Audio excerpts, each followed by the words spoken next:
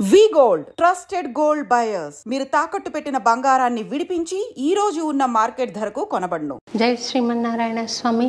మీ పాద పద్మాలకు నమస్కారాలు తెలుపుకుంటూ అనేక దాసోహాలు సమర్పించుకుంటూ ఈ కార్యక్రమాన్ని ప్రారంభిస్తాను స్వామి. జై శ్రీమన్నారాయణమ్మ. నేను ఇంతవరకు ఇటువంటి కార్యక్రమం ఎప్పుడూ చేయలేదు స్వామి. తొలిసారిగా ఇటువంటి కార్యక్రమం తలపెట్టాము. అయితే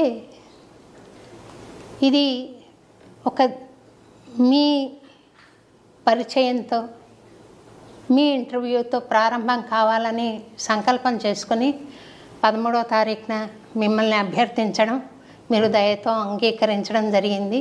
ఇది మహదాశీర్వాదంగా భావించి ప్రారంభిస్తాను స్వామి. తప్పులుంటే క్షమించమని చెప్పి కూడా కోరుతున్నాను స్వామి. అది 78, 79 అనుకుంటాను స్వామి. తొలిసారిగా విజయవాడ సత్యనారాయణ స్వామి టెంపుల్లో అన్నమాచార్య కీర్తనలు పాడడానికి వచ్చాను. సత్యనారాయణపురం శివ విష్ణు టెంపుల్. 80 బాగా గుర్తుంది స్వామి. 1980 అంటే మీ ఆశ్రమం తీసుకుంది 80లో. అక్కడ మీరు త్రిదండం పట్టుకుని ఊర్ధ్వ పుండ్రాలతో సుందర దరహాసంతో ఒక యోగిరాజు కూర్చున్నారు వేదిక మీద అని దివ్యమైన ప్రకాశం వెదజిల్లుతూ కూర్చున్నారు. ఈ మహాపురుషుడి ఆశీర్వాదం తీసుకోవాలి అన్న ఆలోచన నాకు కలిగింది. వయస్సులో సరిసమానమైన స్వామి, మీ పట్ల నాకు ఒక పితృభావన, గురుభావన ఉన్నాయి స్వామి. అలా అనిపించింది నాకు ఆ రోజు చూసినప్పుడు. మీ వయసు చూస్తే 20, 21 ఆ ప్రాంతంలోనే ఉంది. మరి ఆ వయస్సు యువకుల్ని గమనిస్తే వాళ్లను ఈ హార్మోన్స్ ఎంతో కలవరపెడుతూ ఉంటాయి. ఆ వయసులో చాలా ఇబ్బంది పడుతూ ఉంటారు. మీరు ఆ మార్గం వైపు ఎలా ప్రయాణించగలిగారు? రెండోది, సన్యాసం ఎలా స్వీకరించగలిగారు ఆ వయసుకే అని నా తొలి ప్రశ్న స్వామి. అయితే మీరు దయతో చెప్పబోయే సమాధానం యువతకు ఎంతో ఉపయోగపడుతుందని నేను భావిస్తున్నాను స్వామి. 1975వ సంవత్సరం దాకా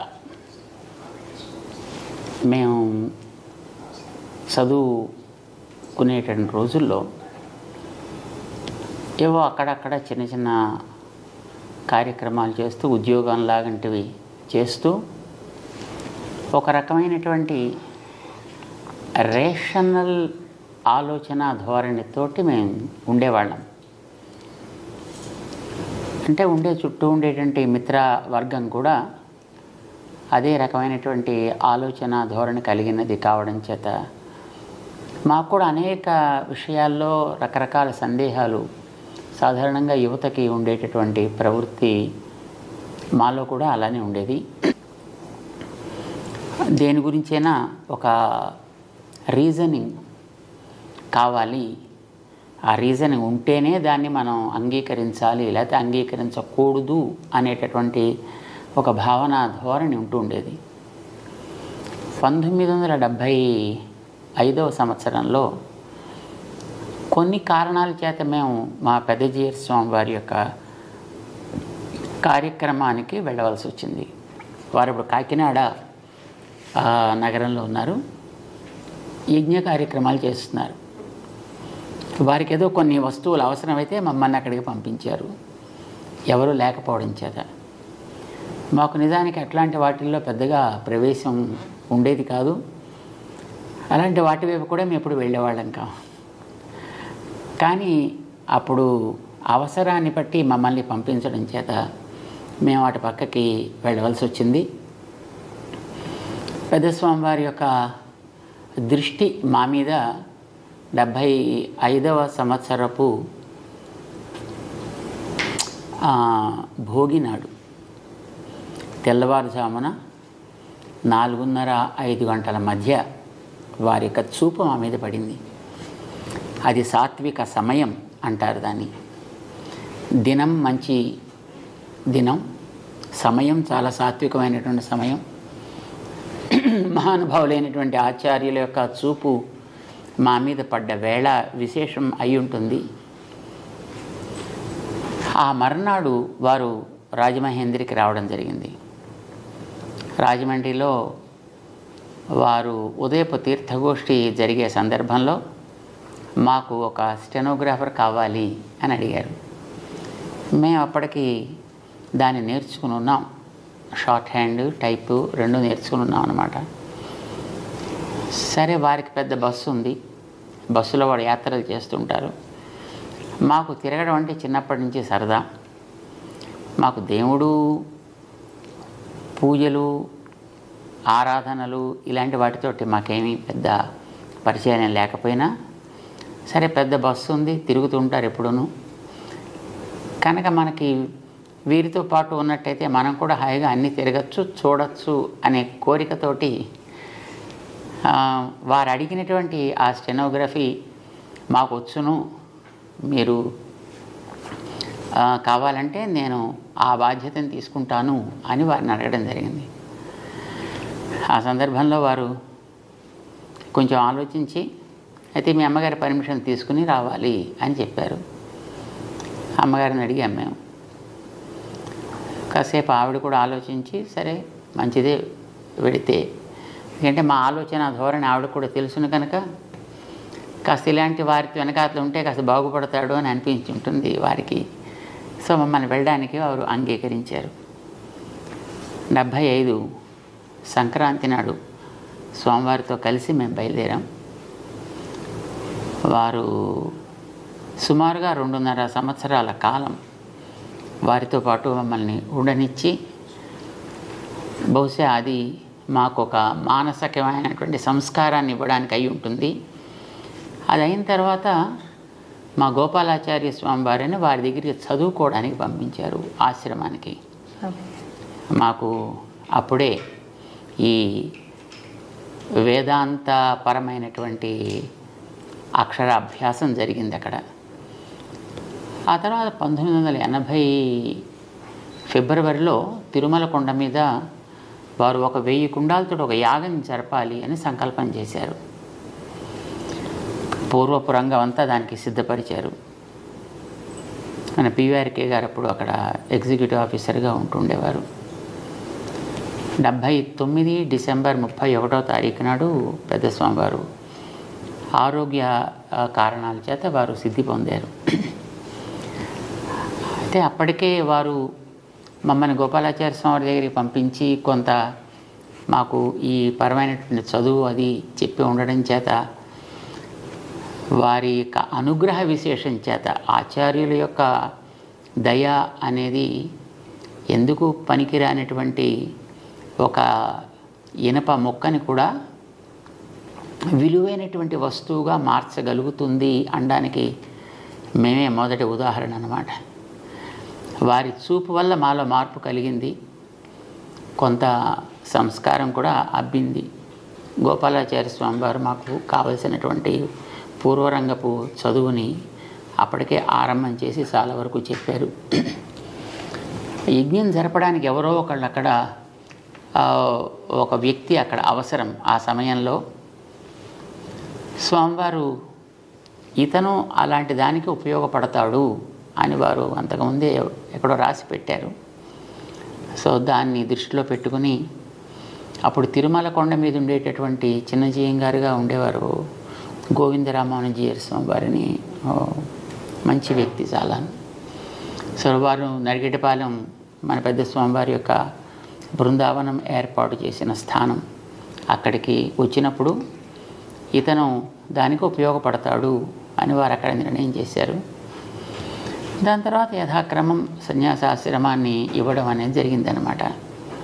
సో ఏ రకమైనటువంటి దైవ సంబంధము లేని, ఒక ఆధ్యాత్మిక సంస్కారము లేనటువంటి, ఎక్కడో లౌకికంగా తిరుగుతూ ఉండేటువంటి ఒక వ్యక్తిని గురు కృప అనేటటువంటిది ఒక యోగ్యత కలిగిన వస్తువుగా తీర్చిదిద్ది వారు ఎంతవరకు కార్యక్రమాన్ని నడిపిస్తూ వస్తున్నారో దాన్ని ముందుకు సాగించి ఆ బాధ్యతని తీసుకోవలసినటువంటి ఒక యోగ్యమైన వస్తువుగా తయారు చేసుకున్నారు. ఇందులో మా ప్రమేయం కానీ లేకపోతే మాకుండేటటువంటి కమిట్మెంట్, మాకుండేటటువంటి శ్రద్ధ, మాకుండేటువంటి భక్తి ఇవేవి దాంట్లో ఉండే అవకాశం అయితే ఏం లేవు. ఎందుకంటే మాకు అలాంటివి ఏం లేవు కనుక అప్పటికి వారి అనుగ్రహమే ఇలా తయారు చేసింది అనేది మేము పరిపూర్ణంగా విశ్వసిస్తాం. మా పైన మీరు కూడా అటువంటి దయ ప్రసరించండి స్వామి. మీరే మీ గురించి అర్హత లేదు అని చెప్పుకుంటుంటే మా బోటి వాళ్ళు ఎలా భావించాలో అర్థం కావట్లేదు స్వామి. మీరు దయించి మీ కరుణ, మీ దయ అందరిపైన ప్రసరింపజేసి అందరూ పనికి వచ్చే మనుషులుగా తీర్చిదిద్దాలి మీరు అని మనస్ఫూర్తిగా నేను కోరుకుంటున్నాను స్వామి. తర్వాత స్వామి, అమ్మగారు ఆశ్రమంలో నేను చాలాసార్లు అమ్మవారి దర్శనం కూడా చేసుకున్నాను. అమ్మగారిది అమ్మగారు పాడిన సీడీ మీరు విడుదల చేసిన రోజున నేను ఆ ఆల్బమ్ అందుకునే మహదవకాశం కూడా నాకు లభించింది. అందులో ఒక పాట, పాల బుగ్గల పసిడి వెన్నెల చిన్నారి ఓ నాన్న అనే పాట చాలా చక్కగా ఉంది స్వామి. మీ గురించి అమ్మ పాడిన పాట. ఒక తల్లికి బిడ్డ మీద ఎంతో వాత్సల్యము, ప్రేమ, అనుబంధం ఉంటుంది కదా. ఆమె మిమ్మల్ని చూస్తూ నా కొడుకు ఇలాగా ఒక సన్యాసి అయ్యారు, జగద్గురువు అయ్యారు, కానీ నా బిడ్డడు, నా పాప ఆయన అనే బంధాన్ని ఆమె మీకు వ్యక్తం చేసుకునే సందర్భము లేదు ఇక్కడ. మీరు ప్రపంచానికి చెందినవారు, మీరు ప్రపంచాన్ని ఆశీర్వదించాలి, ప్రపంచాన్ని నడిపించాలి. ఒక తల్లికి కొడుకుగా మీరు ఎక్కువ పాత్ర పోషించడానికి అవకాశం లేదేమో అని నేను అనుకుంటున్నాను. అటువంటప్పుడు ఆ తల్లి మిమ్మల్ని చూస్తూ కూడా ఈయన జగద్గురువు అనుకుంటూ, ఒకవైపు ఒకసారి నా కొడుకు అనుకుంటూ ఈ ద్వంద్వ భావాలను ఎలా పోషించి ఉంటారు, మీరు దాన్ని గమనించారా అని ఒకసారి అడగాలని అనిపించింది స్వామి. అంటే మాకు మాతృమూర్తిగా వారు చేసినటువంటి త్యాగానికి, వారిలో ఉండేటటువంటి ఒక ఉదాత్తమైనటువంటి భావానికి నాకు ఎప్పుడు కృతజ్ఞత పూర్తిగా నిండి ఉంటుంది. పాల బుగ్గల పసిడి వన్నెల చిన్నారి నీవేనా, ఉడమి పైన పండు వెన్నెల నింపగా వచ్చితివ నాన్న. పాల బుగ్గల పసిడి వన్నెల చిన్నారి నీవేనా, ఉడమి పైన పండు వెన్నెల నింపగా వచ్చితివ నాన్న.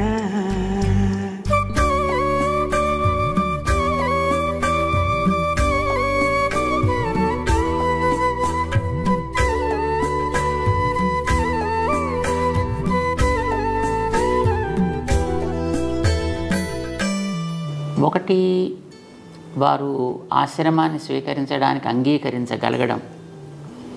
రెండవది, ఆశ్రమం తీసుకున్న తర్వాత ఆయా సందర్భాల్లో ఎప్పుడైనా రావడం, చూడడం జరిగినప్పుడు వారి యొక్క ప్రవృత్తి, వారిలో ఉండేటటువంటి ఒక భావ ఉద్వేగం ఎలా ఉండేది అనేది. సో ఇవి రెండు అంశాలు ఇందులో.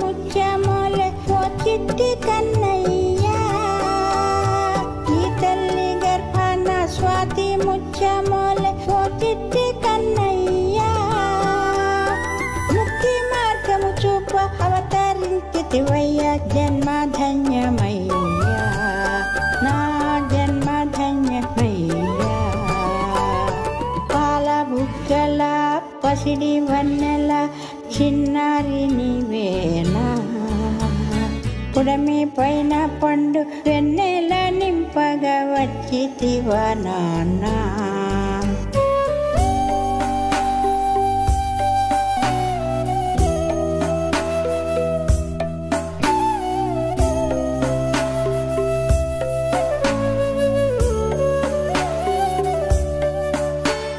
మొట్టమొదట పెద్దజీయర్ స్వామివారు అంటే మాకు ఆశ్రమాన్ని ఇలాగా తీసుకొచ్చినటువంటి మా గురువుగారు. వారే మా అమాతృమూర్తికి కూడా ఆచార్యులు. వారే పంచ సంస్కారాలు చేసి మంత్రార్థాలని ఉపదేశం చేసిన వారు. ఒకసారి 1976-77 సమయంలో అన్నమాట, మేము ఇక్కడ సికింద్రాబాద్లో లక్ష్మీనారాయణ స్వామి సన్నిధిలో పెద్ద స్వామివారు వేయించేసి ఉండే సందర్భంలో వారు అమ్మగారు అక్కడ ఉండేటప్పుడు వారిని అడిగారు, మేము ఇతన్ని ఈ మార్గంలోకి తీసుకోవడానికి మీకేమైనా అభ్యంతరమా అని అడిగారు. సర్వము నిండిన వాసుదేవుని తలచు శ్రీసుకుని ఓయేమో రామనామము వినగా రోమాలు పులకించు హనుమయ్య ఓయేమో కలిబలము నడతగా చైత్రయాత్రలు చేయు రామానుజునివేమో కలిబలము నడతగా చైత్రయాత్రలు చేయు రామానుజునివేమో ఎవరైనా కానిమ్ము నా సంపత్పుత్రుడ చల్లంగా వర్ధిల్లు నీవెవరైనా కానిమ్ము నా సంపత్పుత్రుడ చల్లంగా వర్ధిల్లు. అంటే వారు ఆచార్యులుగా ఈ రకమైనటువంటి పరిస్థితిని వేసినప్పుడు ఆవిడ నాకైతే మీరేది మంచిది అని అనుకుంటే ఆ మార్గంలో మీరు నడిపించడానికి మీకు అన్ని అధికారాలు ఉన్నాయి కనుక మీ ఆజ్ఞ మాకు శిరోధార్యము అని ఆవిడ అంగీకారాన్ని తెలియజేశారు. ఇది మొదట. రెండవది, చదువుకోవడానికి లౌకికమైనటువంటి చదువులతో అంతకుముందు ఉండేటటువంటి ఏదో చిన్న చితుకు ఉద్యోగాలు చేస్తుండేటువంటి ఒక వ్యక్తి అది కూడా వదిలిపెట్టేసి ఇలాగ వెంట వెళ్ళాలి అని అడిగినప్పుడు ఆవిడకి అనిపించి ఉంటుంది, బహుశా ఇలా వెడితేనన్నా ఈ పిల్లాడు బాగుపడతాడు అని అనిపించి ఉంటుంది ఆవిడకి. అందుకోసం వెళ్ళమన్నారు. అలా వెళ్ళమని అనగలగడం అనేది ఒక మహోపకారంగా మేము భావిస్తాం. ఇక మూడవది, వారు పెద్ద స్వామివారు సిద్ధి పొందిన తర్వాత ఈ ఆశ్రమంలోకి ఇంకా నిజంగా ప్రవేశించాలి అని అనుకున్నప్పుడు ఆవిడ మనస్ఫూర్తిగా ఆశీర్వదించి ఆచార్యుల యొక్క సంకల్పాన్ని చక్కగా నెరవేర్చాలి, దిగంతాలకి వ్యాపింప చేయాలి, ఇదే ఆశీర్వచనం చేశారు ఆవిడ. పసిడి వన్నెల చిన్నారి నీవేనా పుడమి పైన పండు వెన్నెల నింపగా వచ్చితివా నాన్న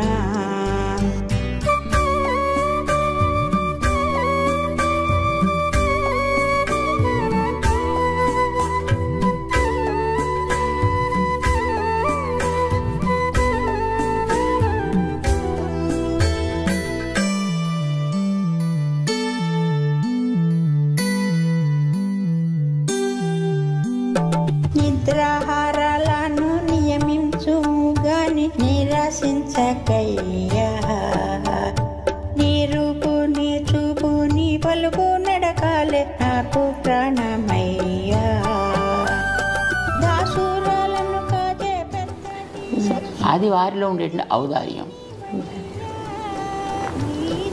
సాధారణంగా ఇలా ఎవరైనా పిల్లవాడు లాంటి కార్యక్రమాలకు పెడతానంటే తల్లి ఆశీర్వదించడం అది ఉంటుంది.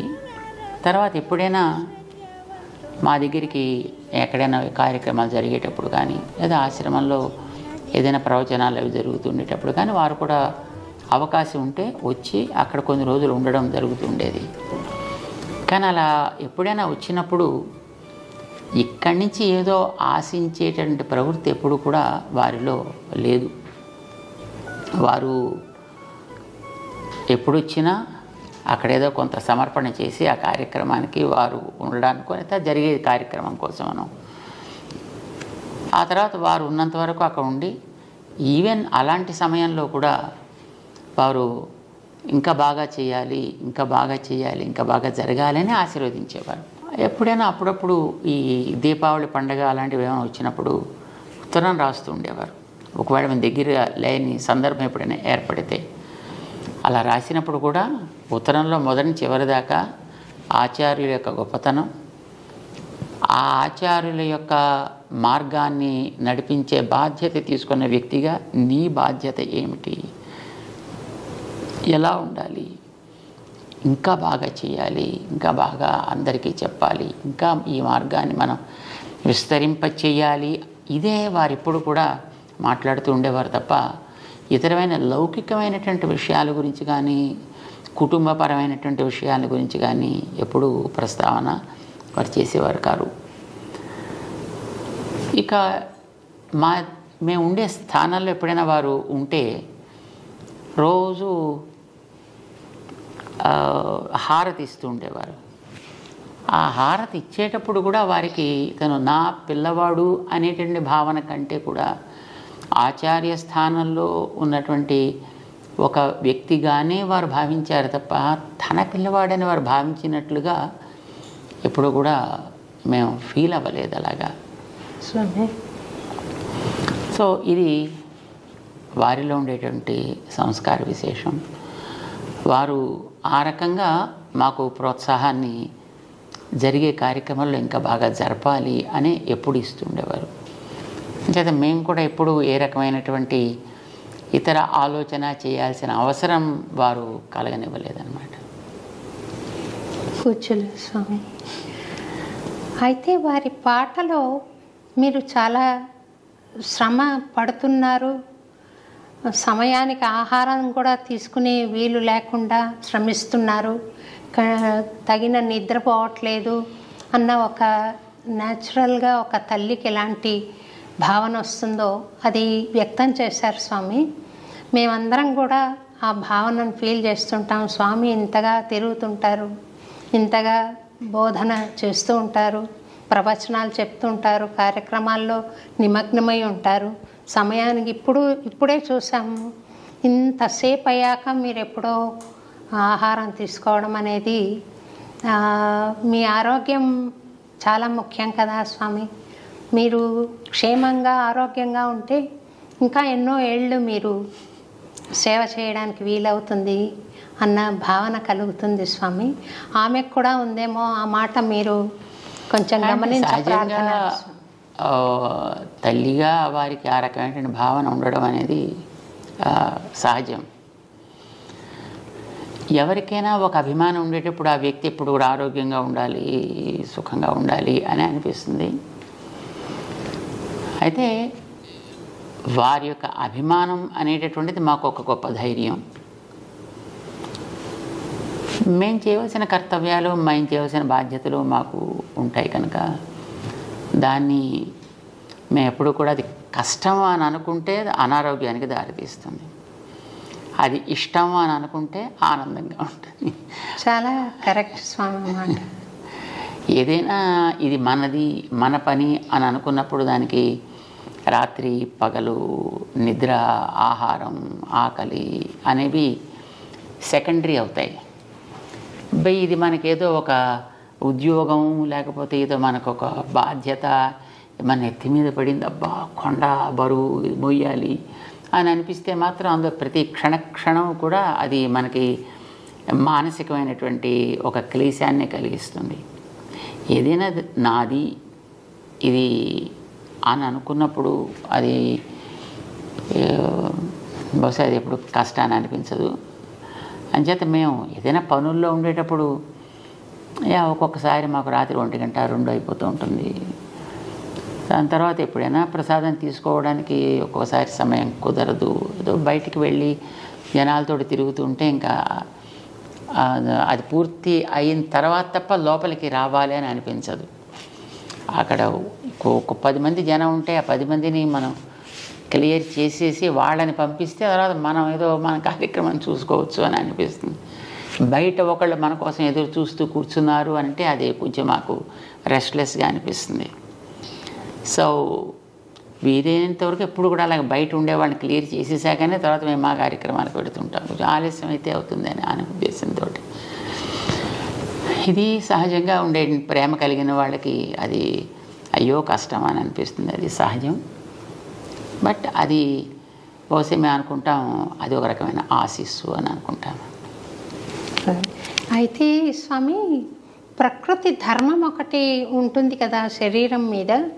అందుకని మేమేం అనుకుంటున్నాం అంటే, మీ భక్తులు, మీ అనుయాయులు మేమంతా ఏమనుకుంటామంటే, అర్చక స్వాములు తిరుపతిలో స్వామిని కొలువు ఉన్న సేవలో ఆశీర్వదిస్తారు. నిత్యైశ్వర్యో భవాని, మీకు దీర్ఘాయుష్షు కలిగి మీరు నిరంతరము ఈ సేవలో నిమగ్నమై ఆరోగ్యంగా ఆనందంగా ఉండాలి అని మేమంతా కూడా స్వామికి అనేక ప్రార్థనలు చేస్తాం స్వామి.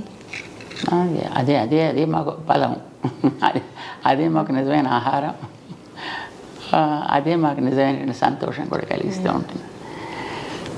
ఏదైనా మనకి ఇందాక అనుకున్నాం కదా, సంతోషము అని అనుకున్నప్పుడు ఏది మనకి కష్టాన్ని కలిగించదు, ఆరోగ్యంగానే మనకి ఉంచుతుంది.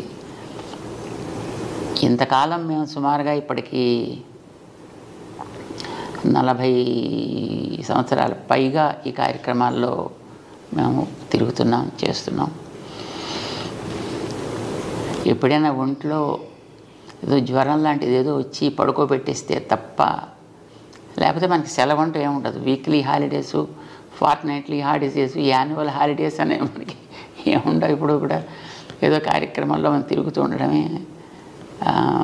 మనకి 24/7 కార్యక్రమాలు నడుస్తూ ఉంటాయి. మాకు ఒకసారి విజయవాడలో ఉండేటప్పుడు అనుకుంటాను,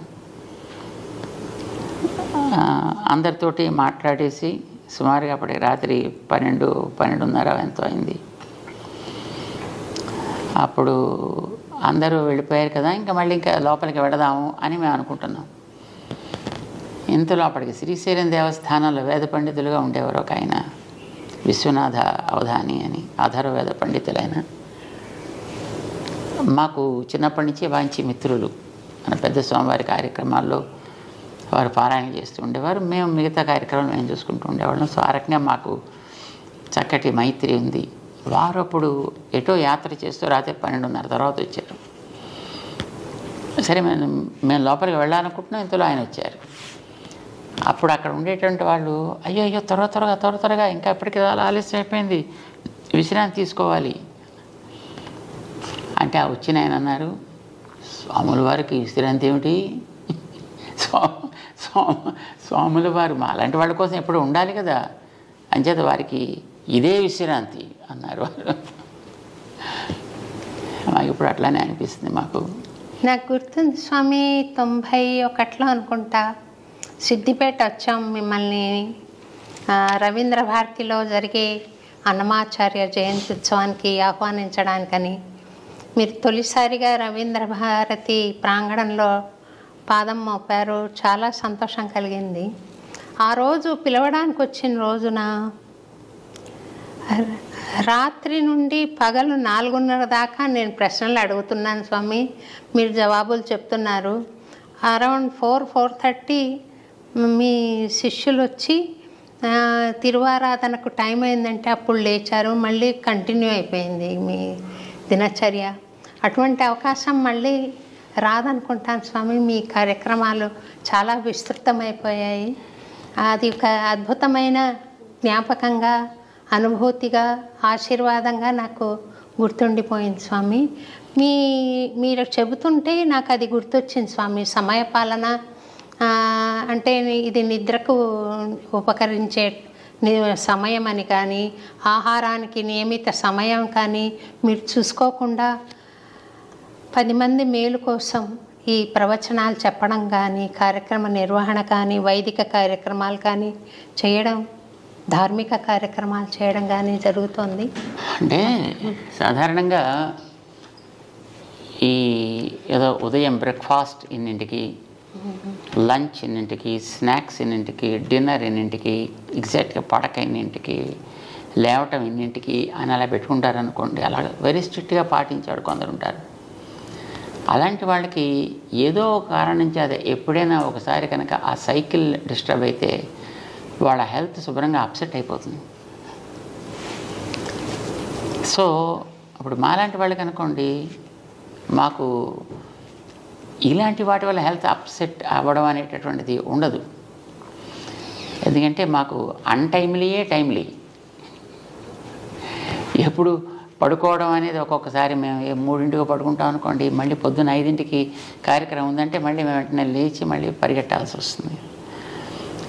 సో అప్పుడు మరి నిద్ర ఎక్కడ పోతారు? బాడీకి నిద్ర కావాలి కదా. అంటే ఇలా మాట్లాడుతూనే ఒక్కోసారి నిద్రపోతుంటాం, నడుస్తూ నిద్రపోతుంటాం. మీకు ఏదైనా యోగ సూక్ష్మం తెలుసేమో అని నేను అనుకుంటున్నాను స్వామి. మనకంటూ ఏది ఉండదు అని అనుకోవడం యోగ సూక్ష్మం. మనం ఉండేది సమాజం కోసం.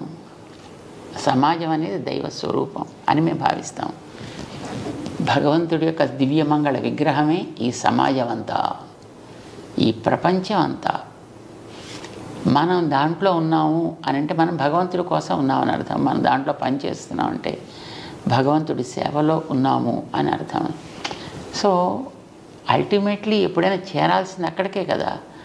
అది మనం ఇక్కడ ఉండగా చేయగలుగుతున్నాము అనే భావన మనకి కలిగితే I think that becomes a very very tremendous yoga.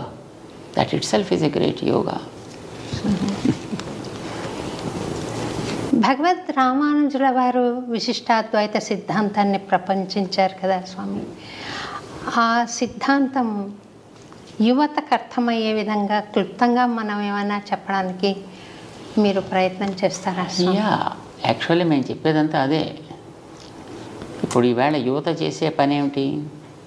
వైజ్ఞానికంగా ముందుకు సాగడం. విజ్ఞానం యొక్క గోల్ ఎలా ఉంది ఇప్పుడు ఈ రోజుల్లో? నీళ్లు కలుషితం అవుతున్నాయి, గాలి కలుషితం అవుతుంది, నేల కలుషితం అవుతుంది, చెట్లు కలుషితం అవుతున్నాయి, జంతువులు కలుషితం అవుతున్నాయి, గాలి కలుషితం అవుతుంది. ఇవన్నిటినీ మళ్ళీ మనమే వెనక్కి తీసుకుంటూ మనం కూడా కలుషితం అయిపోతున్నాం. సో భావితరానికి శక్తివంతంగా అందాల్సినటువంటి యువత ఈ రకమైనటువంటి వాతావరణంతో నిజానికి నిర్వీర్యం అవుతోంది. అలా కాకూడదు. శక్తివంతంగా ముందుకు సాగాలి. ముందుకు సాగాలంటే నీళ్ళని కలుషితం కాకుండా చూసుకోవాలి, నేలని కెమికల్స్ తోటి పాడవకుండా చూసుకోగలగాలి, చెట్లు చేమలు లాంటి వాటిని వాటి యొక్క సహజతని కోల్పోయి అవి ఎందుకు పనికిరానివి అవ్వకుండా ఉండేట్టుగా చూసుకోవాలి. ప్రతి ప్రాణిని ఇప్పుడు ఈవేళ మనం ఏదైతే ఈకో ఫ్రెండ్లీ అని అంటున్నాం మనం, లేదా న్యాచురల్ వే అని అంటున్నాం. ప్రకృతి ఏదో సహజమైనటువంటి వ్యవసాయాలు అని అంటున్నారు. ఇవన్నీ వ్యక్తికి ఆరోగ్యాన్ని బలాన్ని ఇచ్చేవి అని అంటున్నారు కదా. ఇది ఈవేళ పాడు చేశాం కనుక దాన్ని మళ్ళీ బాగు చేసుకోవడం కోసం ఆరంభించిన స్లోగనా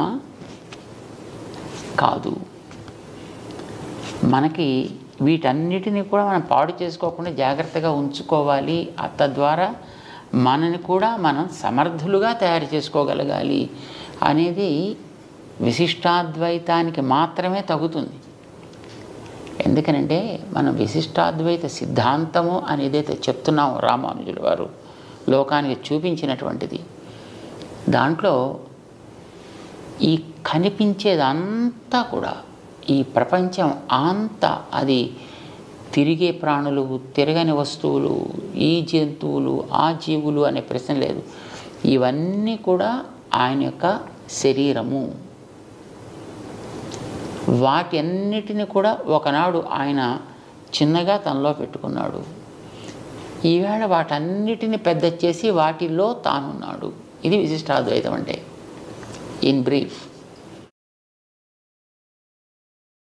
ఎగ్జాంపుల్ ఏంటంటే ఒక గింజని మన నేలలో వేసినప్పుడు దాంట్లోంచి పెద్ద చెట్టు వస్తుంది. చెట్టులో ఆకులు, కొమ్మలు, రకరకాల రంగులు, వాసనలు, పువ్వులు, పండ్లు, రుచులు ఇవన్నీ మన దాంట్లో చూస్తాం. కానీ ఇవన్నీ గింజలో ఉన్నాయి. ఇవన్నీ గింజలో ఉండేటప్పుడు గింజ తనలో పెట్టుకుని ఉంది. ఇవన్నిటిని తనలోంచి పైకి తీసుకొచ్చిన తర్వాత ఈ గింజ యొక్క సంస్కారంతో అది ప్రతి అణువులోనూ వ్యాపించి ఉంది. అది ఆకుల్లో ఉంది, చిగుళ్ళల్లో ఉంది, బ్యార్కులో ఉంది, రూట్స్లో ఉంది, అన్నిట్లో కూడా మళ్ళీ ఆ గింజ లక్షణాలు దాంట్లో వ్యాపించి ఉన్నాయి. మరి అంత విస్తరించింది ఇంత గింజలో మొట్టమొదట మనకు కనిపించకుండా ఉంది. ఆ కనిపించకుండా ఉండేది ఇప్పుడు కనిపించే దశలోకి వచ్చింది. చెట్లో మనమైతే దీన్ని ఎగ్జాంపుల్గా తీసుకున్నప్పుడు అందులో మళ్ళీ తయారైన ప్రతి గింజలోకి ఈ గింజ యొక్క సంస్కారాలు దాంట్లోకి వెళ్ళి అందులోంచి మళ్ళీ ఇంకొక కొన్ని లక్షల గింజల్ని తీసుకురాగలిగే శక్తి కలిగి ఉంటుంది. ఎగ్జాంపుల్ కోసం అని దీన్ని చెప్పుకుంటున్నాం. But not 100% this becomes reality for the analogy. ఎందుకనంటే మనకి గింజ మొక్కను తీసుకొచ్చాక అది వెళ్ళిపోతుంది. కానీ ఈ ప్రపంచానికి అంతటికీ గింజ దైవం, భగవంతుడు. తనలోంచి ఇవి పైకి తెస్తాడు. పైకి తెచ్చిన తర్వాత వాటి లోపల మళ్ళీ తన శక్తితోటి ఉండి నిలబెడతాడు. మళ్ళీ వెనక్కి తీసుకుంటూ ఉంటాడు. ఇలా తానే వీటన్నిటిలోనూ ఉన్నాడు అనుకున్నప్పుడు నువ్వు నీళ్ళని నీళ్లుగా చూడకు, నీళ్ళని దైవం యొక్క అంశగా చూడు. నేలని నేలగా చూడకు, దైవపు అంశగా చూడు. జంతువుని జంతువుగా చూడకు, దైవపు అంశగా చూడు. నిన్ను కూడా నువ్వేదో మనిషివి అని అనుకోకయా, దైవం యొక్క అంశగా నిన్ను భావన చేసుకో. సో ఈ భావన నీలో కలిగితే మన చుట్టూ ఉండేటువంటి దేన్ని మనం నాశనం చెయ్యం. అన్నిటిని జాగ్రత్తగా చూసుకోవాలని అనిపిస్తుంది, అన్నిటినీ ప్రేమించాలని అనిపిస్తుంది, దేన్ని ద్వేషించాలనిపించదు. ఎక్కడ లోపం ఉన్నా సరి చెయ్యాలనిపిస్తుంది. మంచిగా ఉండేదాన్ని చూస్తే ఈర్ష్య కలగదు, ఆనందం కలుగుతుంది. ఇప్పుడు యువతకు కావాల్సింది అది కదా. యువత నేను, నాది, నా కోసం ఇలా పెరుగుతోంది. ఇప్పుడు విజ్ఞానం పెరుగుతున్న మాట వాస్తవం. కానీ ఈ విజ్ఞానానికి పంచుకోవడం అనేటటువంటిది పోయింది. సెల్ఫ్ సెంట్రిజం పెరిగిపోతుంది, విచ్ ఈజ్ రియలీ హార్మ్ఫుల్. నేను బాగుపడాలంతే. నేను బాగుపడడం కోసం అవసరమైతే ఎంత వినాశానికైనా నేను సిద్ధం, చివరికి ఆత్మాహుతికైనా సిద్ధం అనే స్థితిలోకి వెళ్ళిపోతుంది. సో ఒక రకంగా దైవాన్ని కలపకుండా సాగించేటటువంటి విజ్ఞాన వికాసం తీవ్రవాదానికి, వినాశానికి దారితీస్తోంది. అలా తీయకుండా ఉండాలి అని అంటే దైవాన్ని దానికి తోడు చేసుకోగలిగితే అక్కడ వ్యక్తిలో వినయం కలుగుతుంది, ఒక మమత పెరుగుతుంది. సో కావలసింది ఇది విశిష్టాద్వైతం చెప్పేది. దానికి మన బాడీనే మన ఎగ్జాంపుల్గా చెప్తామని ఎప్పుడు ఉన్నాను. ఇప్పుడు మన శరీరంలో ఎన్నో అవయవాలు ఉన్నాయి. ఒక్కొక్క దానికి పని వేరు, ఒక్కొక్కటి ఉండే స్థానం వేరు. కానీ నేను అన్నిటినీ ప్రేమిస్తా. అన్నీ నా బాగు కోసం, నా ఆనందం కోసం పనిచేస్తాయి. అలా చేస్తుంటేనే నేను ఆరోగ్యంగా ఉంటా, అవి ఆరోగ్యంగా ఉంటాయి. ఒకవేళ అది నా కోసం పని చేయకపోతే దాన్ని డాక్టర్ గారి దగ్గరికి వెళ్ళి యాంపుటేట్ చేయడం లాంటిది ఏదో చేస్తాను దాన్ని. సో ఇది ఒక రైట్ ఎనాలజీగా మనం తీసుకోగలిగితే మన అందరం కూడా all of us are different parts of that universal power. దేవుడు అని మనం పేరు పెట్టి పిలుస్తున్నాం దానికి. వేదాలు చెప్పే కనుక దాన్ని నారాయణ అని మనం అంటాం. మనం అంతా కూడా దాంట్లో భాగాలు. చెట్లు, నీళ్లు, నిప్పులు, గాలి, జంతువులు అన్నీ దాంట్లో భాగాలే. కనుక దేన్ని కూడా మనం అనాదరించడానికి వీల్లేదు, దేన్ని కూడా అబ్యూస్ చేయడానికి వీల్లేదు. ప్రతిదాన్ని జాగ్రత్తగా చూసుకోవాలి. ఒకదానితో ఒకటి తోడుపడగలిగేటట్లుగా ఉండాలి అనేది విశిష్టాద్వైతపు సారాంశం. అంచేత మనకి కనిపించే ఇదంతా వేరు, నేను వేరు కాదు, అది కూడా నాతో ఒక భాగం, నేను కూడా దాంట్లో ఒక భాగాన్ని. ఇది మన యువతలో కనుక కలగలిగితే ఐ థింక్ సెల్ఫ్ డిసిప్లిన్ ఒకటి ఏర్పడుతుంది వ్యక్తుల్లో. రెండవది ఏ టెండర్నెస్ ఇన్ ద హార్ట్, హృదయ స్పంది అవ్వగలిగేటువంటి భావనాధార బయలుదేరుతుంది. ఇది సాగాలి. ఇది ఎంతెంత సాగితే ఆ ప్రవాహం కింద ఉండే అంతరాలన్నీ కూడా కవర్ అయిపోతాయి. ఇప్పుడు నీటి ప్రవాహం పెరిగితే నేల మీద ఉండే హెచ్చుతగ్గులన్నీ కూడా కనిపించకుండా పోయినట్టుగా వ్యక్తిలో ఉండేటటువంటి ఈ దైవీ భావన యొక్క ప్రవాహం ఎంత పెరిగితే ఈవేళ మన సమాజంలో జాతులు, కులాలు, మతాలు పేర్లతో కలిగే అంతరాలన్నీ నశిస్తే నిజంగా అప్పుడు ఎంత అద్భుతమైనటువంటి సమాజాన్ని మనం తయారు చేసుకోవచ్చు. ఇలా తయారు కావడానికి విశిష్టాద్వైతం ఒకటే మనకి దారి చూపించగలిగేది. దీన్నే మనం అర్థం చేసుకోవడమే ప్రయత్నం చేయాలి. యువతకి దీన్ని అందుకోగలిగేటువంటి రుచి కలిగించాలి. ఈ రుచి, దీనికి సైంటిఫిక్ ప్రాసెస్ ఉందా లేదా అనేటటువంటిది ఒక జనరల్ ఆలోచన. సో మేమంటాం, ఇప్పుడు టెంకలోంచి చెట్టు వస్తుంది, నీకు సైన్స్ ఎందుకు, దానికి ఎవరికి కావాలి, దానికి ఫిలాసఫీ ఎందుకు, దానికి తీసుకెళ్ళి టెంక నేల పారిస్తే కొన్ని రోజుల తర్వాత ఆటోమేటిక్గా దాంట్లోంచే మొలక వస్తుంది. సో ఈ సిద్ధాంతాలని మనం ఏదో ఒక రకంగా చదువు ద్వారా కావచ్చు, లేదు వాడికి వినగలిగేటటువంటి ఏదో ఒక మార్గం ద్వారా వాళ్ళ చెవుల్లో కనుక మనం దీన్ని వేయగలిగితే ఇది క్రమంగా ఒకనాటికి అది మొలకెత్తి మహామానై పెరగచ్చు. చాలా బాగుంది స్వామి. ఆ మంచి రోజు వస్తుందని ఎదురు చూద్దాం స్వామి. తప్పకుండా రావాలి కదా, అది రావాలి. నేను ఒకసారి నాకు రాఖీ తమ్ముడు అక్కడ ఉన్నాడు స్వామి, వాడి పెళ్లి చూపులకు వెళ్ళాను. ఆ అమ్మాయిని తీసుకొచ్చారు.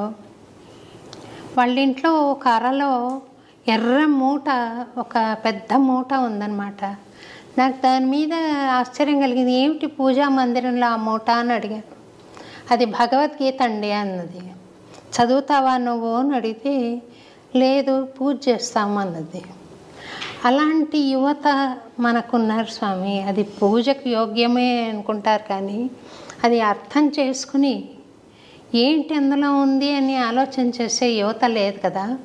మరి ఇటువంటి తత్వాన్ని మనం వాళ్ళకి చెప్పాలి అని అంటే మీరు స్టెప్ 1, స్టెప్ 2, స్టెప్ 3, స్టెప్ 4 అలా ఏదైనా ఒక చిన్న సాధన యువతకి ఈ సందర్భంగా మీరు ఒకసారి దయచేయగలుగుతారా? దయచేసి మీరు ఇచ్చిన ఆ దృష్టాంతంలో పూజా మందిరంలో ఎర్రటి మూట ఒకటి, ఇంకా అది మనకి తెలిసినా అదేమిటో తెలియకపోయినా దాన్ని బయట పారేయకుండా అట్టే పెట్టని సంతోషించాలి మనం. వస్తువు అంటూ అక్కడ ఉంటే ఇవాళ కాకపోతే రేపటికైనా దాన్ని వాడుకోగలిగేటువంటి అవసరం తప్పకుండా వస్తుంది. సాధారణంగా అనుకున్న పనులు అనుకున్నట్టుగా సాగుతూ ఉన్నంత వరకు ఎవ్వడికీ కూడా దైవాన్ని గురించి ఆలోచించాల్సినటువంటి సన్నివేశం ఎదురవ్వదు. ఎప్పుడైనా జీవితంలో ఎదురు దెబ్బ తగిలినప్పుడే ఆలోచన ప్రారంభమవుతుంది. నేను ఏమిటి, ఎందుకు నాకు ఇలా ఎదురు దెబ్బ తగిలింది, నాకు అన్ని సౌకర్యాలు ఉన్నాయి, అన్ని వసతులు ఉన్నాయి, అన్ని వనరులు ఉన్నాయి, అన్నిటిని వాడుకోగలిగే శక్తి నాలో ఉంది, అయినా ఎందుకు ఇది ఫెయిల్ అయింది?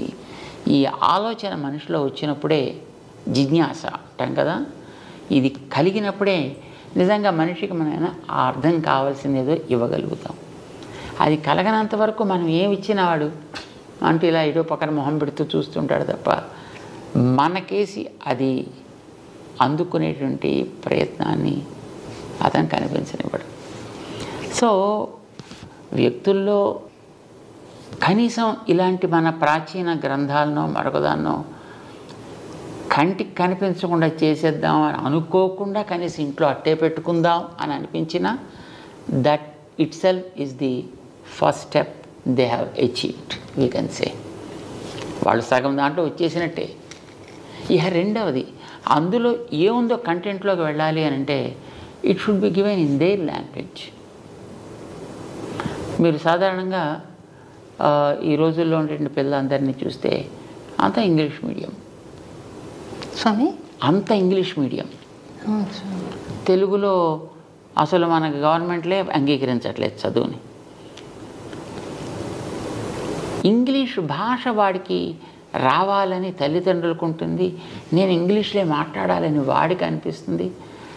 నోరు విప్పితే అన్ని అబద్ధాలే కావచ్చు, కానీ వాడు ఆ అబద్ధాలని ఇంగ్లీష్లో చెబుతుంటే అబ్బా అబ్బా అబ్బా అబ్బా అని చాలా వినబలుగా ఉంటాయన్నమాట. సో ఇంగ్లీష్లో అందుకుంటే వాడికి అదేదో నేను గొప్ప పని చేస్తున్నాను అని అనిపిస్తుంది. ట్రెండ్ అదే క్రమంలో ఉండేటప్పుడు మనం అందించదలుచుకున్నటువంటి అంశాలను కూడా మనం ఆ భాషలో కొంతవరకు అందించే ప్రయత్నం చేస్తే పర్లేదు మన భాషే కదా, అంచేత బహుశా ఇందులో మనకు ఉపయోగించేది కూడా ఏదైనా ఉందేమో అనే ఆలోచన వాళ్ళలో రావడానికి మనం అవకాశం కల్పించిన వాడు అవుతాం. సరే, చదివిన తర్వాత వాడికి అది పూర్తిగా అర్థమవుతుందా, ఆచరించగలుగుతాడా అనేది that's all together a different thing. At least దాంట్లోకి వెళ్ళి దాన్ని చదవాలని అనిపించాలన్నా వాడికి అందుబాటులో అర్థమయ్యేటువంటి పాట కింద దాన్ని మలచాలి. ఇప్పుడు చూడండి, మనం ఉత్తరాదికి వెళితే తులసీదాస్ రామాయణాన్ని అందరూ చదువుతుంటారు, ఆల్మోస్ట్ అందరికీ వచ్చి ఉంటుంది. వాళ్ళ భాషలో ఉండడం చేత వాడికి త్వరగా నేర్చుకోవడానికి ఒక ఉత్సాహం వాళ్ళలో కలిగిస్తుంది. వాళ్ళకి అర్థమయ్యే భాషలో వస్తే బాగుంటుందని అనిపిస్తుంది. అలా ఉంటే చదువుతాడా లేకపోతే ఇంకో భాషలో చదవకూడదా అనేది ప్రశ్న కాదు. జనరల్గా అనిపించేటువంటి పద్ధతి నా భాషలో అర్థం కావాలి. మరి పిల్లలంతా ఇంగ్లీష్ మీడియంలో ఉండేటప్పుడు మీ గ్రంథాలు మీరు తెలుగులో ఇస్తారంటారు అనుకోండి, దాని రీచ్ ఉండదన్నమాట.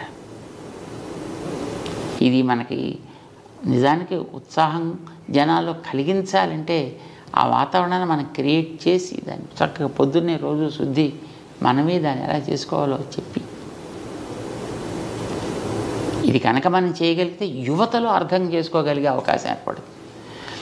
మీరు తెలుగులో ఉందనుకోండి, లేదా సంస్కృతంలో ఉందనుకోండి, లేదా తమిళంలో ఉందనుకోండి, లేదా ఇంకో భాషలో ఉందనుకోండి, దానివైపు వెళ్ళేటువంటి యువత, అర్థం చేసుకునేటువంటి యువత పర్సంటేజ్ ఉండొచ్చు, కానీ చాలా తగ్గిపోతుంది. ఏదైనా వాళ్ళ భాషలో మనం అందించగలగడం అనేటువంటి చాలా ప్రధానం. మన దేశంలో ఇప్పుడు అన్ని భాషలు ఉంటున్నాయి కనుక అన్నిటి లోపలికి డీటెయిల్స్లోకి వెళ్ళకపోయినా మీకు ఒక 5-6 లాంగ్వేజెస్ మీరు సెలెక్ట్ చేసుకోండి, అంతవరకు దాన్ని దాంట్లో ఇవ్వండి. వాడికి డౌట్ రాదు కదా. సో ఇది మనకు అర్థం, యువతకి ఇచ్చేటటువంటి విధానం ఎప్పుడు కూడా వాళ్ళ భాషలో ఇవ్వడం అనేది చాలా అవసరం. రెండవది, వాళ్ళలోంచి మనం ఒకళ్ళిద్దరిని పికప్ చేసుకుని వాళ్ళ ద్వారా వాళ్ళకి అందడం కూడా చాలా ఇంపార్టెంట్. అలా ఇవ్వగలిగితే కూడా వాళ్ళలో చాలా త్వరగా దాన్ని అర్థం చేసుకోగలిగే స్థితి ఏర్పడుతుంది. నవేడేస్ ఆల్సో యువతలో కూడా చాలా బుద్ధిమంతులైనటువంటి పిల్లలు ఉన్నారు, చక్కగా గౌరవించేటువంటి వాళ్ళు, మంచిగా దాన్ని పైకి తీసుకువెళ్ళాలనుకునేవాళ్ళు లేకపోవడం అయితే లేదు. కానీ మీరు అన్నట్టుగా విజిబిలిటీ అది మనకి తగ్గుతున్నారు. అంటే జీవితంలో ఇంకొక డైమెన్షన్ ఉంది, పరమార్థం ఉంది అన్న ఆలోచన 99 మందికి లేదే అనుకుంటాను స్వామి.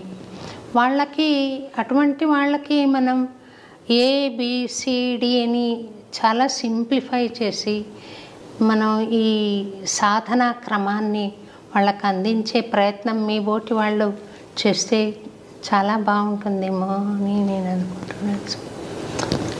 చేయాలంటే వాళ్ళకి మనం we have to conduct classes to those people. పిల్లలకి మనకి ఎప్పుడెప్పుడు వాళ్ళకి లాంగ్ వీకెండ్స్ దొరుకుతాయో లేదా హాలిడేస్ ఉంటాయో అలాంటి టైంల్లో వాళ్ళకి మనం ఇలాంటి వాటిని మనం కండక్ట్ చేయగలిగితే డెఫినెట్లీ వాళ్ళలో మార్పు వస్తుంది. ఇప్పుడు మన వాళ్ళు సమ్మర్ క్యాంప్స్ కండక్ట్ చేస్తుంటారు. ఆ క్యాంప్స్లో కొంతమంది పాల్గొంటుంటారు డిఫరెంట్ ఏరియాస్లో. క్యాంప్ అయిన తర్వాత వాళ్ళ ప్రవర్తనలో చాలా రకాల మంచి మార్పులు వస్తాయి. సో కండక్ట్ చేయడం ఈజ్ ఆల్వేస్ అడ్వైజ్డ్. మీరు ఒకసారి దసరా నవరాత్రుల్లో దుర్గాష్టమి రోజు అన్నమయపురం దయచేశారు స్వామి మా ఆహ్వానం మీద. ధైర్య అవార్డు ఇవ్వడానికి వచ్చారు మీరు. Yes. అప్పుడు దుర్గామాతని మీరు మా మేనత్త గారు ఆవిడ అని అన్నారు. చాలా సంతోషంగా, ఒక చమత్కారంగా మాకు బాగా అందరికీ బాగా అనిపించింది స్వామి. వారు మేనత్త అని మీరు అంటుంటే అంతలా ఆత్మీయ భావన ఎక్స్ప్రెస్ చేస్తుంటే నేను చరిత్రను ఒకసారి పరిశీలిస్తే కులోత్తుంగ చోళుడు మన గోవిందరాజస్వామి విగ్రహాన్ని సముద్రం పాలు చేయడం కానీ, ఇలా పాల్కురికి సోమనాథుడు విష్ణు సహస్రనామాల్లో అధోక్షజ అన్న నామాన్ని వక్రంగా వ్యాఖ్యానించడం కానీ బాధ కలిగిస్తాయి. ఇది ఏమైనా మనం విష్ణుమూర్తిని స్మరించడం ఒక పార్టీ లాగా అవుతుందా స్వామి? శివుడు కూడా సమానమేనా? లేకపోతే విష్ణువు ఎందుకు అలాగా తోసేశారు వాళ్ళు?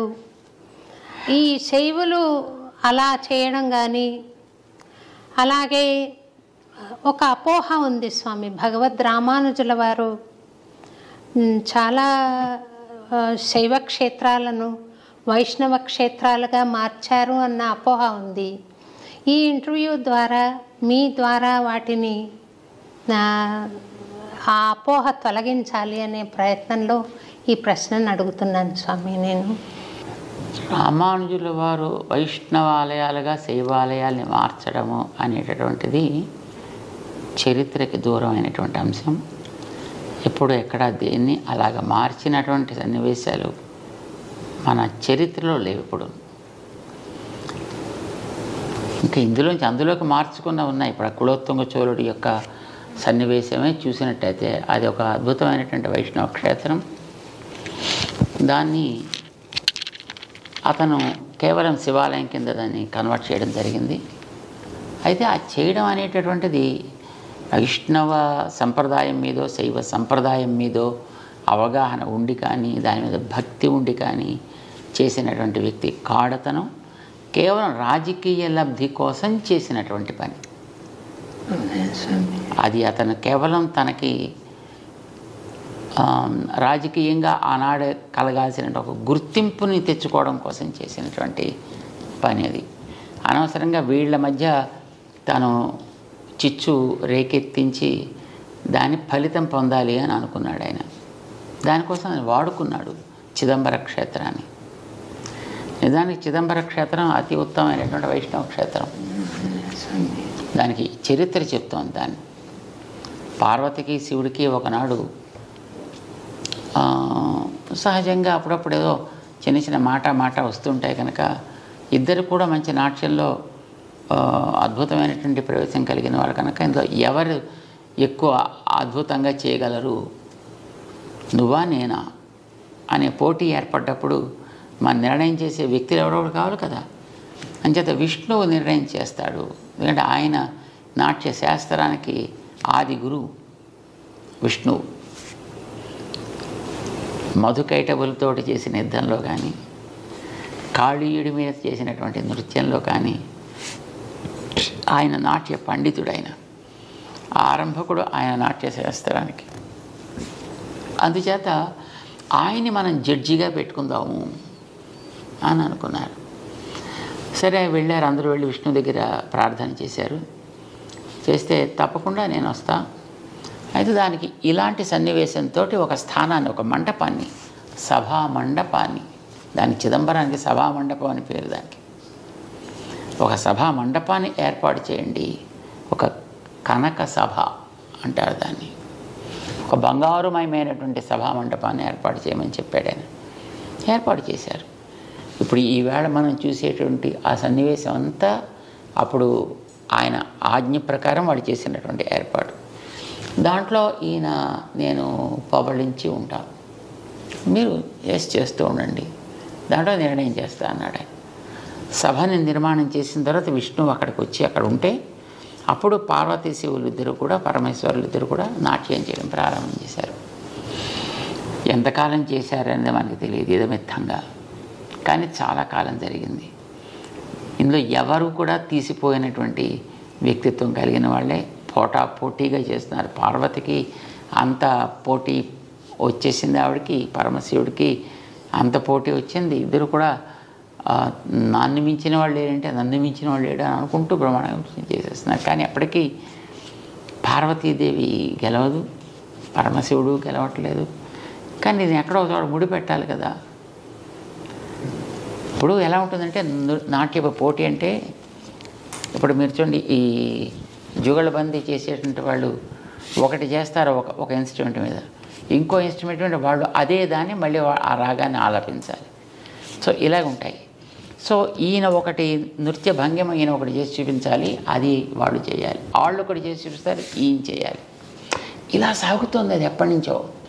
కానీ ఎప్పటికీ దీనికి ముగింపు అంచేత పడుకున్నటువంటి శ్రీ మహావిష్ణువు పరమశివుడికి సైగ చేసి చూపించాడు. ఆయన ఆపమని కాదు, ఇలా ఒక పాస్చర్, పాదాన్ని పైకెత్తి పెట్టే పాస్చర్ని ఆయన చూపించాడు. ఇలా పెట్టవా. ఆవిడ తనకుండేటువంటి సహజమైనటువంటి స్థితిని బట్టి అట్లాగా ఆ ముద్ర వేయడానికి ఆవిడ సంకోచించింది. శివుడు గెలిచాడు అని డిక్లేర్ చేశాడు. ఆ సందర్భంలో నిజానికి అది దేవతల ప్రార్థనతోటి విష్ణు పాపం శివుడిని గెలిపించాల్సి వచ్చింది ఆ భంగిమ చూపించి. సరే, ఆ తర్వాత కృతజ్ఞతతోటి పార్వతీ పరమేశ్వరులు ఇద్దరు కూడా అక్కడే ఉండిపోయారు. శ్రీ మహావిష్ణువుని ఆయన పాదాల దగ్గర సేవించుకుంటూ. ఇది ఆ క్షేత్రపు చరిత్ర. చిదంబరం ఇందాక మీరు చెప్పాను చూడండి, ఆ కులోత్తుంగ చోళుడు ఉన్నాడే, అసలు అతను చోళ వంశానికి చెందినవాడు కాడు. అతను ఎక్కడి నుంచి వచ్చినవాడు? అతను రాజరాజ నరేంద్రుడి యొక్క పరివారంలో ఉండేటువంటి ఒక వ్యక్తి. అతను దక్షిణానికి వచ్చి అక్కడ ఉండేటటువంటి చోళ వంశపు ఆవేల్టి రాజుని అది హతమార్చి దాన్ని తన కైవసం చేసుకున్నాడు. ఆయన చోళుడే కాదు అసలు, కానీ దాంట్లో చాలా గొప్పవాడు అనేటటువంటి పేరు, టైటిల్ అతనికి వచ్చేట్టుగా ఇక్కడ ఉండేటువంటి అర్చకులకి ప్రేరణ కలిగించి వాళ్ళకి ఏం చెప్పాడని అక్కడ చేసే ఆరాధకులకి, మనం ఆరాధన చేసేటటువంటి శివుడు విష్ణువు పాదాల దగ్గర ఉండడం ఏమిటి, అంచేత అలా ఉండడానికి వీల్లేదు, దాన్ని తీయాలి. ఇప్పుడు జనాలకి ఏముంటుంటుంది, ఏదో ఒక రకంగా నడిపిస్తే, ఏ రకంగా నడిపిస్తే ఆ రకంగా వాళ్ళు నడుస్తారు. ఇలాగ వాళ్ళని నడిపించి వాళ్ళకి ఒక ద్వేషాన్ని రగిలించి అది ఉండడానికి వీల్లేదు అని అనిపించి వాళ్ళ చేత తను ఆ చోళ వంశంలో ఉత్తముడిగా అక్కడ ఉండేటువంటి ఒక అమ్మాయిని తను వివాహం చేసుకుని తను చోళ వంశానికి చెందినవాడుగా, అందుకోసం అందులో మామూలు చోళుడు కాదు, కుల ఉత్తంగ చోళుడు ఈ టైటిల్ తీసుకున్నాడు అతను. అందుకోసం మన పెద్దవాళ్ళు ఎప్పుడు కూడా అతని పేరు కూడా చెప్పడానికి ఒప్పుకోరు. అవ్యపదేశ్యుడు అంటారు అతను. అవ్యపదేశ్యుడు. వ్యపదేశ్యుడు అంటే చెప్పదగిన వ్యక్తి అని. అవ్యపదేశ్యుడు అంటే అతని పేరు కూడా ఉచ్చరించడానికి అనర్హుడు అని. రెండవది అతను ఇంకో ఏం పేరు పెట్టారు, అతను రామానుజుల వారి మీద ఒక హత్యా ప్రయత్నం చేశాడు అతను. రామానుజుల వారిని అప్పట్లో వీరి యొక్క ప్రభావం చాలా ఎక్కువగా ఉంది అని, వీరిని తొలగించినట్టయితే మొత్తం సంప్రదాయం అంతా పోతుంది కనుక వీరిని ఏదో చేద్దామని ఉద్దేశంతో వీరిని తీసుకురమ్మని చెప్పాడు తన సభకి. అప్పుడు ఆయన దగ్గర ఉండేటటువంటి ఆయన గురువు గారు శిష్యులు ఇద్దరూ కలిసి రామానుజుల వారిని కర్ణాటకకి పంపించి వీళ్ళిద్దరూ కూడా ఆ సభకి వెళ్ళి ఇద్దరు కళ్ళు పోగొట్టుకున్నారు. అంటే వాడు విని తత్వం తెలుసుకుందాం అనేటువంటి జిజ్ఞాస కాకుండా తన యొక్క తత్వాన్ని అందరి మీద ఆరోపించేనా వాళ్ళని కన్వర్ట్ చేయాలనుకునేటువంటి వ్యక్తిత్వం అతను. సో వీరికి చెప్పిన దాన్ని వాడు ఒప్పుకోక చివరికి వీరి కళ్ళు తీయడం జరిగింది. సుమారుగా 20 సంవత్సరాల కాలం రామానుజుల వారు కర్ణాటక రాజ్యంలో ఉండిపోయారు. ఇప్పుడు మేల్కోట క్షేత్రం అప్పుడే ఆవిర్భవించింది అక్కడ. సో ఆ సందర్భంగా తర్వాత అతనికి క్యాన్సర్ వచ్చింది. ఎవరికి స్వామి? ఆ చోళరాజుకి. చోళరాజు కాదు వాడు, అవ్యపదేశుడికి. ఆ క్యాన్సర్, థ్రోట్లో క్యాన్సర్ వచ్చే తర్వాత అతను చనిపోయాడు. అతను అంచేత అతనికి క్రిమికంఠుడు అని పేరు పెట్టారు తప్ప వాడి పేరుతో అతను ఎప్పుడు ఉచ్చరించారు. ఎందుకంటే అతను శివుడు అక్కడ విష్ణు భక్తుడిగా ఆయన పాదాల దగ్గర ఉంటే అక్కడి నుంచి ఉండే ఆ విష్ణువుని తీసి సముద్రంలో కలిపి దాన్ని శివాలయం కింద మార్చి ఇలా చాలా రకాలుగా తాను శైవ ప్రచారకుడు అని అనుకుంటూనే శివుడికి అన్యాయం చేశాడు ఆయన. అంటే శివుడి యొక్క స్వభావానికి విరుద్ధంగా ప్రవర్తించాడు ఆయన. శివుడు పరమ భక్త శిఖామణి. శివుణ్ణి పరమ భాగవతాన్ స్మరామి అంటారు మనకి భాగవతంలో. వైష్ణవానాం యథా శంభు అని శివుడు పరమ వైష్ణవుడని అందరూ ఆదరిస్తారు. విష్ణు పాదోద్భవి అయినటువంటి గంగని తన శిరస్సును ధరించి తను తరించాను అనుకున్న అతని పేరు అంతకుముందు రుద్రుడు. అతనికి ఈ గంగని తన శిరస్సును ధరించడం ద్వారా శివ సంజాత మంగళకరుడయ్యాడు ఆయన. అంటే విష్ణువు మీద ఆయనకు ఉండేటువంటి విశ్వాసం అంతటిది, గౌరవం అంతటిది. మీరు ఎక్కడైనా విష్ణు వైభవం ఎక్కడైనా చూడండి పురాణాల్లో, శివుడు చెప్పింది అంతా. శివుడు పార్వతికి చేసినటువంటి ఉపదేశమే మనకు కనిపిస్తుంది. ఆ రకంగా శివుడు ఎప్పుడు కూడా విష్ణు ద్వేషి కాదు, విష్ణువు శివద్వేషి అంతకంటే కాదు. వైష్ణవులు ఎప్పుడు కూడా శివుణ్ణి ద్వేషించరు. కానీ మరి వాళ్ళలో ఎందుకు ఆ రకమైనటువంటి భావం కలిగింది అనేటటువంటిది అది వాళ్ళకే తెలియాలి. ఇది తర్వాత వీళ్ళు ఇలా రేకెత్తించారు. ఇప్పుడు ఎగెనిస్ట్గా మాట్లాడేటటువంటి వాళ్ళందరికీ కూడా వాళ్ళు ఆ మాటలతోటి వాళ్ళు మిగతా ద్వేషాన్ని వాళ్ళలో పెంచుతారు తప్ప నిజానికి వైష్ణవులకి ఎప్పుడు కూడా శివుడి మీద ద్వేషం ఉండదు. శివుణ్ణి పరం భాగవతుడిగా ఎప్పుడూ ఆదరిస్తారు. మన దక్షిణ దేశానికి వెళ్ళి చూస్తే ఎన్నో ఆలయాల్లో శివుడు క్షేత్రాధిపతిగా ఉంటాడు. అక్కడ మీరు దక్షిణ దేశంలో ఉండే పెద్ద పెద్ద వైష్ణవ క్షేత్రాలకు ఎక్కడికైనా మనం వెళ్ళి చూడొచ్చు. అక్కడ శివుడు క్షేత్రాధిపతి, స్థాన నిర్వాహకుడు అలా ఉంటాడనమాట అక్కడ. అండ్ చాలా చోట్ల ఉండేటటువంటి ఈ అమ్మవారి ఆలయాలు ఉంటాయి. అలాంటి వాటికి రామానుజులు అన్ని చోట్ల ఆరాధనలు ఏర్పాటు చేశారు, మర్యాదలు ఏర్పాటు చేశారు. ఇప్పుడు శ్రీరంగం చాలా పెద్ద క్షేత్రం. శ్రీరంగం పక్కన సమయపురం అని ఉంది అక్కడ అమ్మవారి క్షేత్రం. శ్రీరంగ క్షేత్రంలో బ్రహ్మోత్సవాలు ఆరంభం కావడానికి పూర్వం సమయపురంలో బ్రహ్మోత్సవాలు చేసి ఆ బ్రహ్మోత్సవాల్లో శ్రీరంగ క్షేత్ర పెరుమాళ్ దిగించే మర్యాదలు పంపించి అమ్మవారికి అక్కడ ఉత్సవాలు పూర్తయిన తర్వాత ఇప్పుడు రంగనాథుడు తన బ్రహ్మోత్సవాలు ప్రారంభం చేసుకుంటాడు. ఇది రామానుజుల వారు చేసిన వ్యవస్థ. ఇలా ఒకటి కాదు, మనకి ఎన్నో చోట్ల క్షేత్రాల్లో చూస్తే కాంచీపురం దగ్గర ఉండేటువంటి దివ్యక్షేత్రాల్లో చాలా చోట్ల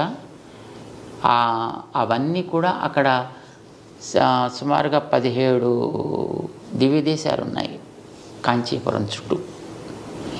ఆ దివ్యదేశాల్లో అన్నిట్లో కూడా పరమశివుడికి జరపవలసినటువంటి ఉత్సవాలని జరిపి స్వామి ఆయా క్షేత్రాలను ఏర్పాటు చేశాడు. అక్కడ మీనాక్షి అమ్మవారి యొక్క ఆలయం మధురైలో ఉండేటటువంటి దానికి కూడా మలయధ్వజుడి యొక్క కుమార్తె ఆవిడ. సో అక్కడ కూడా జరిగే ఉత్సవాలు పక్కన ఉండి తిరుమాలిని జోలయ్య అని అక్కడ ఒక క్షేత్రం ఉంది. అక్కడ ఉండేటువంటి పెరుమాళ్ళు విష్ణుమూర్తి ఆయన తనకి చెల్లెలిగా ఆవిడని భావించి ఆవిడికి ముందర ఉత్సవాలు జరిపించి ఆ తర్వాత తన ఉత్సవాలు చేసుకుంటాడు. అంచేత ఎక్కడైనా సరే అమ్మవారిని, పార్వతిని లేదా పార్వతి అంశగా ఉండేటటువంటి ఇప్పుడు చండి, దుర్గా ఇలాంటి వాటన్నిటిని కూడా తన సోదరిగానే భగవంతుడు ఎప్పుడు భావిస్తాడు. రామానుజుల వారు కూడా ఆ మర్యాదను నిలబెడుతూ ఆయా క్షేత్రాలకి ముందర మర్యాద జరిపి అవి అయిన తర్వాత తమ పెరుమాళి ఉత్సవాలు జరిపిస్తుంటారు అన్ని చోట్ల. ఎందుకనంటే శ్రీమద్ భాగవతంలో 10వ స్కంధంలో శ్రీకృష్ణుడు జైల్లో పుట్టాడు, మధురైలో.